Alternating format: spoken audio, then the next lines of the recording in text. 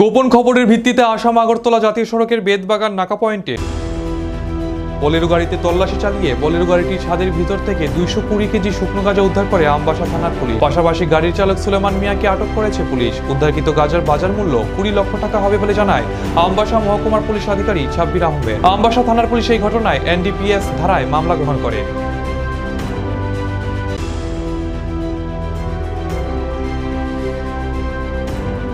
একটা গাড়ি এসেছে, এটা নাম্বারটা যেটা আছে সঠিক কি বেঠিক আমাদের একটু সন্দেহ হচ্ছে। এটা ফার্দার ভেরিফিকেশনের বাকি কিছু ইনভেস্টিগেশনের বাকি দিচ্ছে। এটার মধ্যে কিছু গাঁজা নিয়ে গাড়িটা এসেছে, গাড়ির মধ্যে কিছু কনসিল করা অবস্থায় গাঁজা আছে। তো সেই মোতাবেক বেদবাগান নাকাতে আমাদের নাকাপাটি এটাকে ডিটেইন করে, তো এটা পরবর্তীতে সার্চ করা হয়। আইন মেনে যতটুকু প্রসিডিউর সব কিছু মেনটেন করে সার্চ করা হয়। সার্চ করার পর এটার মধ্যে দুটো নাম্বার প্লেটও পাওয়া যায়।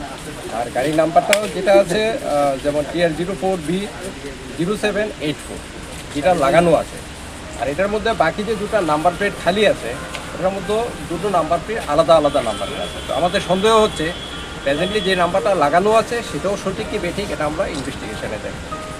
গাড়িটা এখানে ইন্ডিপেন্ডেন্ট উইটনেস আছেন, আমাদের ডিসিএম সাহেব আছেন, আর সবার সামনে সার্চ করে সেরে এটার মধ্যে থেকে 220 কেজি গাঁজা রিকভারি করা হয়, যার বাজার মূল্য আনুমানিক 20 লাখ টাকা। গাড়িটা স্যার কোন দিক থেকে আইতে আসলো?